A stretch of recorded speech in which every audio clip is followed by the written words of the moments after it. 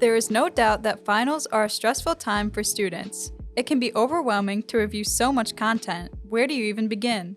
This final exam season, Angelina Burson, a senior at L'Anse Creuse High School, offers some tips for students.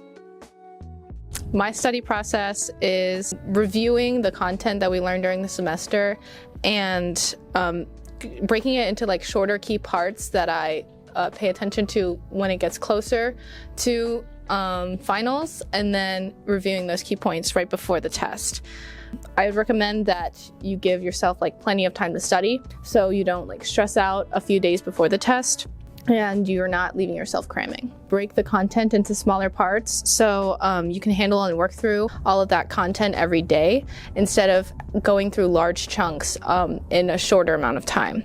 So write out the key parts of each section that you work through as you're going through those shorter parts. And then at the end of your studying time, you'll have a study guide that you wrote for yourself. My biggest piece of advice is to not be afraid to ask for help.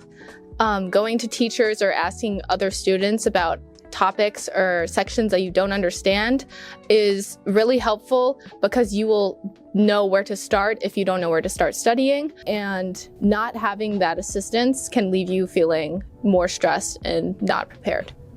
Ultimately, these finals don't determine your value.